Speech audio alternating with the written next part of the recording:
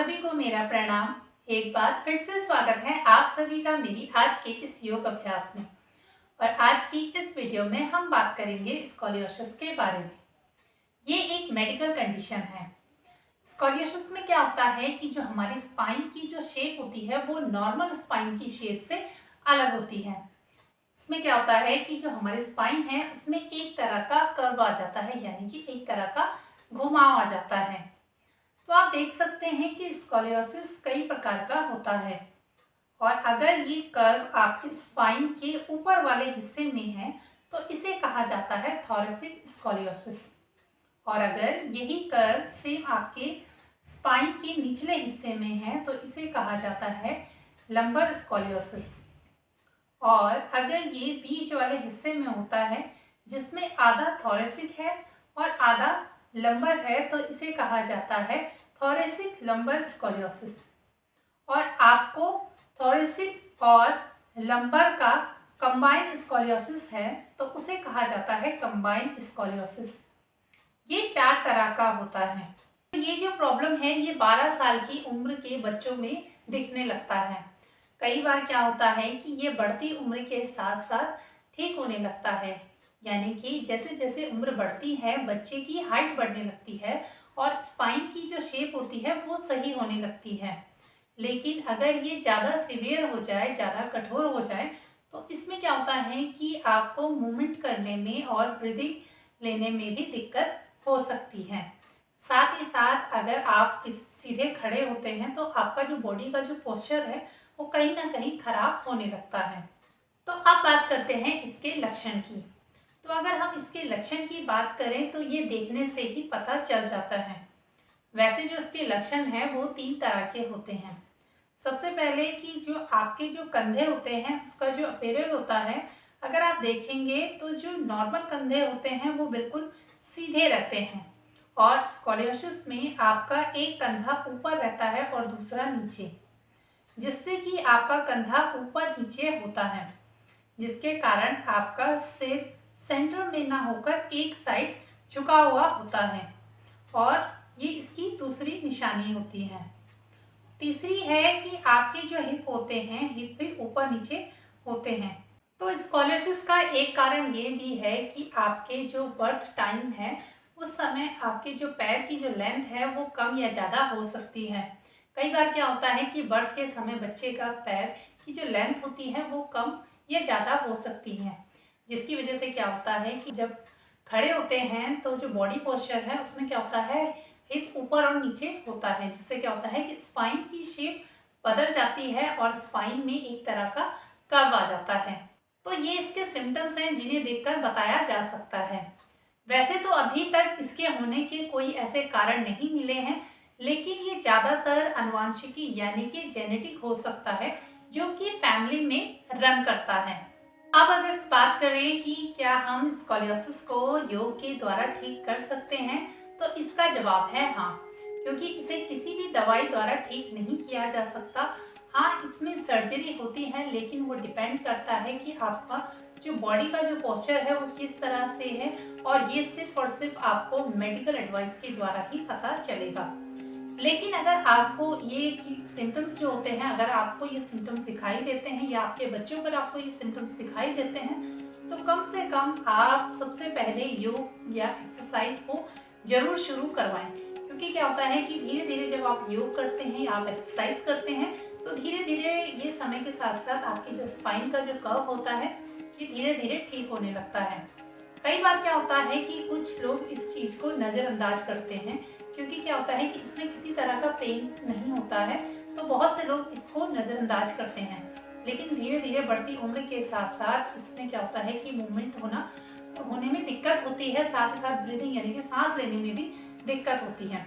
तो अगर किसी को भी यानी कि आपके बच्चों को या आप में ये इस तरह के कुछ भी सिम्टम्स दिखाई देते हैं, तो आपको योग को जरूर शुरू करना चाहिए। योग एक्सरसाइज आप जरूर शुरू करें। साथ ही साथ आप अगर इसका कंटिन्यू अभ्यास करेंगे तो आप बहुत जल्द अपनी स्पाइन की जो शेप है उसे सही कर सकते हैं। तो चलिए शुरू करते हैं आज के कुछ योग अभ्यास, और इसका अभ्यास आप नियमित जरूर कीजिए।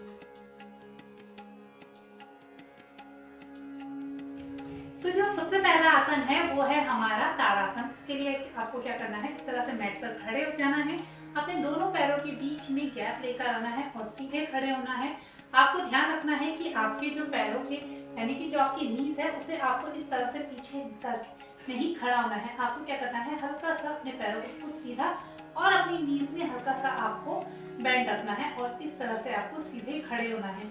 उसके बाद आपको क्या करना है, अपने हिप्स को पीछे की तरफ नहीं लेकर जाना है और ना ही अपनी बॉडी को आगे की तरफ लेकर आना है। इस तरह से आपको बिल्कुल भी खड़े नहीं होना है। आपको क्या करना है, अपने हाथ को रखेंगे अपने पेट पर और दूसरे हाथ को रखेंगे इस तरह से अपनी पीठ पर और धीरे से अपने हिप्स को अंदर की तरफ करते हुए आपको इस तरह से सीधा खड़े होना है। पेट को अंदर की तरफ और हिप्स को इस तरह से अंदर की तरफ करते हुए अपने स्पाइन को बिल्कुल सीधा करते हुए और दोनों हाथों को साइड में इस तरह से करते हुए आपको बिल्कुल सीधा ऐसे खड़े होना है। पैरों के बीच में गैप रहेगा, हाथों की उंगलियों को आपको खोलते हुए शोल्डर को रिलैक्स, आंखें बंद और यहाँ पर आपको धीरे धीरे सांस भरनी है, धीरे धीरे सांस को छोड़ना है और इस तरह से आपको ताड़ासन में कुछ सेकंड तक आपको इस तरह से खड़े रहना है।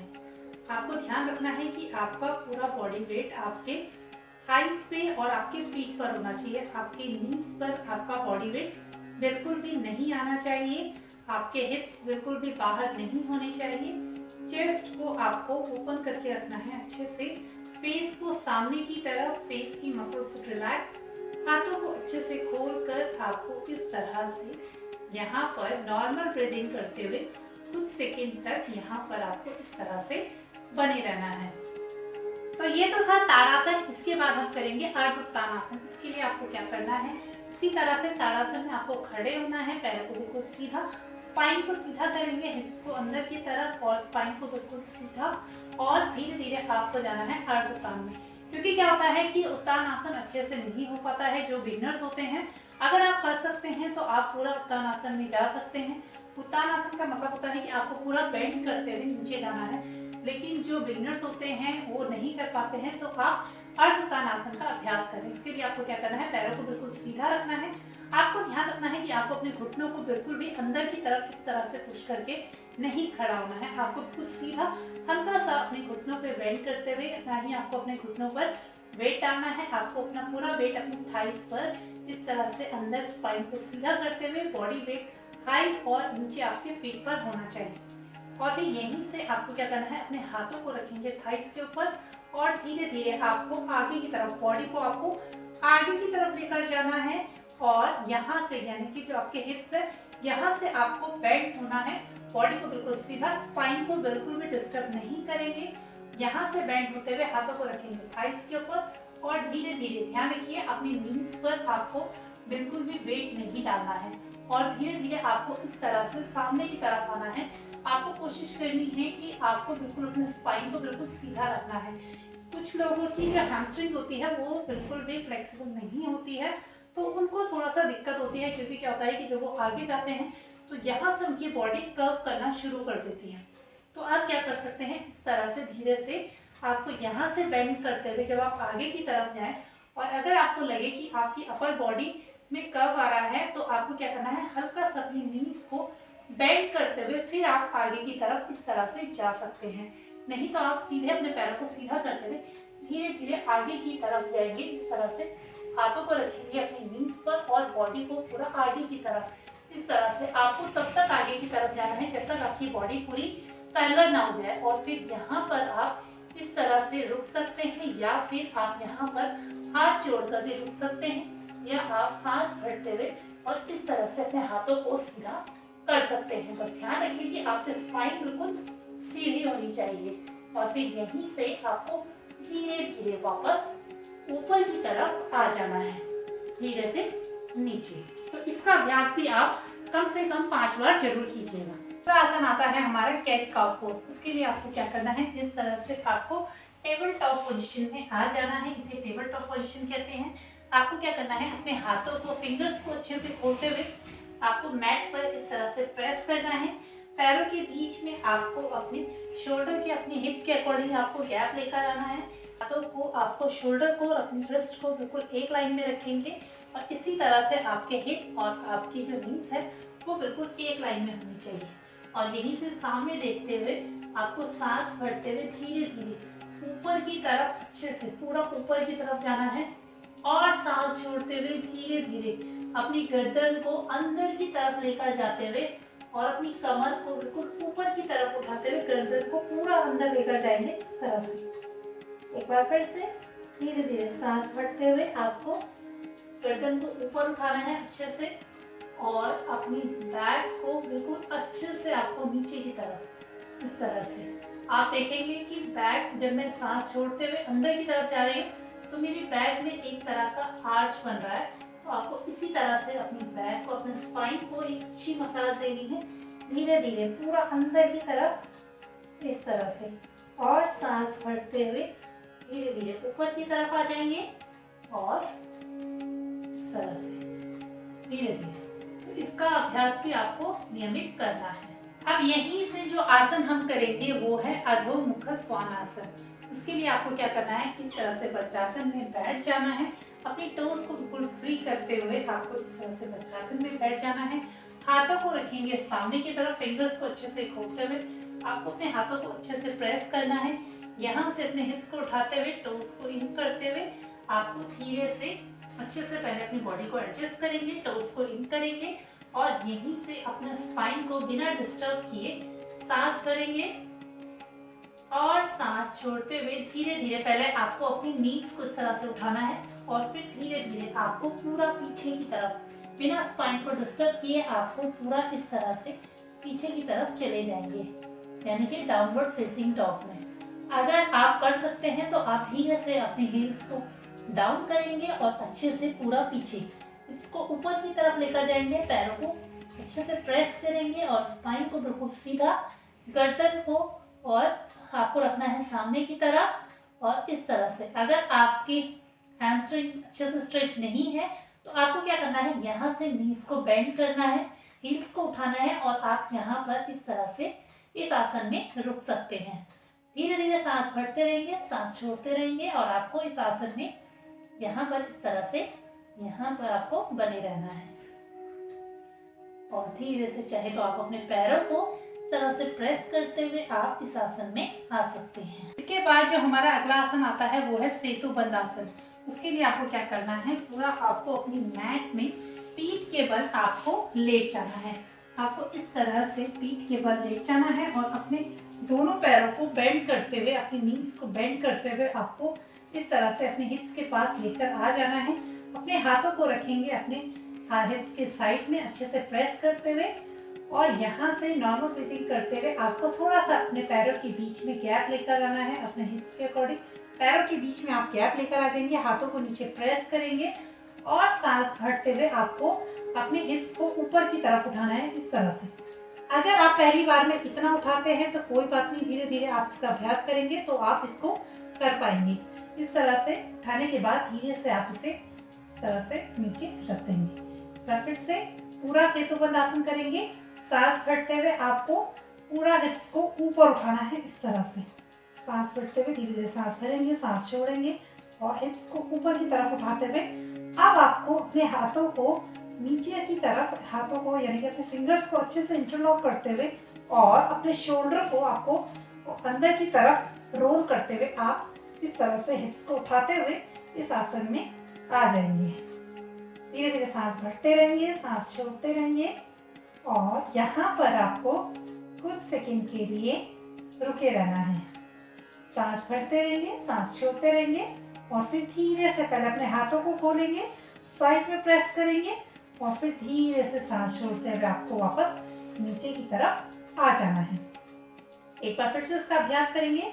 हाथों को प्रेस करेंगे और हिप्स को उठाएंगे ऊपर, सांस भरते हुए ऊपर की तरफ। जितना हो सके आप ऊपर की तरफ उठाइए। उसके बाद आपको अपने हाथों को नीचे से अच्छे से इंटरलॉक करना है और अपने शोल्डर को अंदर की तरफ रोल करते हुए इसको ऊपर की तरफ उठाएंगे इस तरह से। पूरा इस आसन में आएंगे, कुछ देर बने रहेंगे। धीरे धीरे सांस भरेंगे, सांस छोड़ेंगे और फिर धीरे से अपने हाथों को खोलते हुए अपने हिप्स के साइड पर रखते हुए धीरे से अपने हिप्स को इस तरह से डाउन करेंगे और थोड़ी देर यहाँ पर बने रहेंगे। तो ये जितने भी योगासन हमने किए, इसका आपको निरंतर इसका आपको अभ्यास करना है। आपको ध्यान रखना है कि जो भी हमने आसन किए हैं, अगर आप इनमें से किसी भी आसन में अगर आपको किसी भी तरह का दर्द महसूस होता है, तो आपको उस आसन को बिल्कुल स्किप कर देना है। इसके साथ ही साथ आपको ध्यान रखना है कि जब आप पहले दिन इस आसन की शुरुआत करें, यानी कि 1 हफ्ते तक आपको सिर्फ और सिर्फ एक-एक बार इन आसन का अभ्यास करना है। अगर आपको लगता है कि इन आसन को करने के बाद आपको किसी भी तरह की तकलीफ नहीं हो रही है या आपको इसमें रिलैक्स मिल रहा है, तो आप नेक्स्ट वीक यानी कि दूसरे हफ्ते से आप इसका अभ्यास, एक आसन का अभ्यास आप 2 बार कीजिए और इस तरह से सारे आसन का अभ्यास आप 2-2 बार ज़रूर कीजिए और फिर तीसरे हफ्ते से आप इसकी काउंटिंग बढ़ा सकते हैं। तो आपको जब भी आप आसन करें, आपको देखना है कि किस आसन से आपको ज़्यादा आराम मिल रहा है और किस आसन से आपको तकलीफ हो रही है। तो जिस आसन से आपको ज़्यादा तकलीफ हो, तो उसको आप स्किप कर दीजिए। तो आज की वीडियो में इतना ही। वीडियो पसंद आए तो प्लीज़ चैनल को सब्सक्राइब, वीडियो को लाइक ज़रूर कीजिएगा। फिर मिलते हैं किसी नई वीडियो में नए टॉपिक के साथ। तब तक के लिए आप सभी को मेरा प्रणाम।